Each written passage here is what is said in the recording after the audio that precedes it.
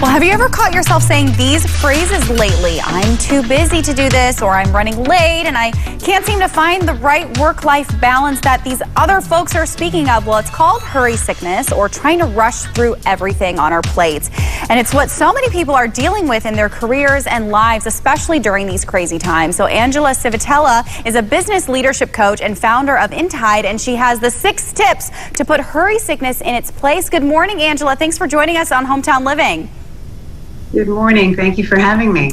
Well, Angela, how can we really just avoid having too much on our plate, as simple as that phrasing is? Well, a lot of people seem to be forgetful that just because you're asked to do something doesn't mean you don't get the right to question or to have a conversation about it. So question the ask and be assertive in terms of what your agenda looks like and what people are expecting you to do. Let people in on what your workload looks like, what your work ethic is, and just exactly what's possible and not possible for you to do. It's okay to tell them no, and please wait, or I have to do this first. Have a conversation. It's okay. Nothing's going to happen if you do. Well, so many of us multitask regularly, and do you feel that's really an effective way to get things accomplished? It isn't, and here's the reason, the very important reason why. It challenges your focus. It diminishes actually your ability to be able to focus on a task from the beginning of it to the end of it. So if you switch that around and channel and re-energize your focus, you'll get a lot more done than multitasking and being everywhere and nowhere at the same time. Well, I know a lot of us are spending more time at home and maybe less options to go out and be extra busy, but it's still a challenge to practice slowing down. And how can we feel like we can get more comfortable with that concept?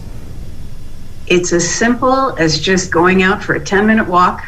Since we're all home, do that. I do it.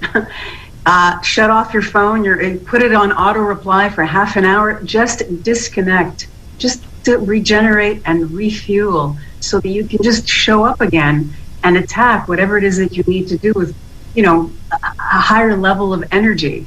If all you're doing is working, with a low-grade battery, that's what you're going to get. It's not going to you're not going to be able to put out the high level of work and results that are expected of you. So, Angela, can we continue that conversation of some people think that slowing down is essentially wasted time, and how do we combat that idea? It's not wasted time, because what you're really doing is just rechanneling and refueling you're resetting the needle, essentially. And maybe a good way for you to be able to handle or to spot check that is to get engaged in networking groups with people of like mind, people that have this sense of hurry sickness that we're calling this. Juxtapose it to feeling a sense of unbelievable busyness. To be busy is one thing. To be hurried about everything that you need to do is something else, and that needs to be managed. So speak with people that also have that and check and balance with them how they're handling it. It's really important to stay connected with people that are living with the same experience that you are. Well, Angela, you've mentioned a couple times about having conversations with other people, and so asking for help may be a difficult practice for some. So how can those individuals make that more of a comfortable idea? I think if you find people that are battling the same battle as you, have the same scars as you, that's immediately a level of comfort, because we all like to expose ourselves to people that are going through the same thing we're going through. So there are groups out there that can help you. There are groups of people that have gotten together, especially during this pandemic.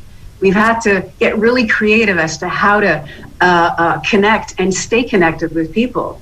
Reach out. It's going to save your day if you do. Speak to people that are going through what you're going through. Don't hold back, because they're going through exactly what you're going through. Well, Angela, thank you so much for joining us here on Hometown Living to share your insight and your resources. We're going to get your website up for our viewers so that they can connect further. So, overcoming hurried sickness, head over to intend.com. Well, coming up, the Cooking Mom is back, and today's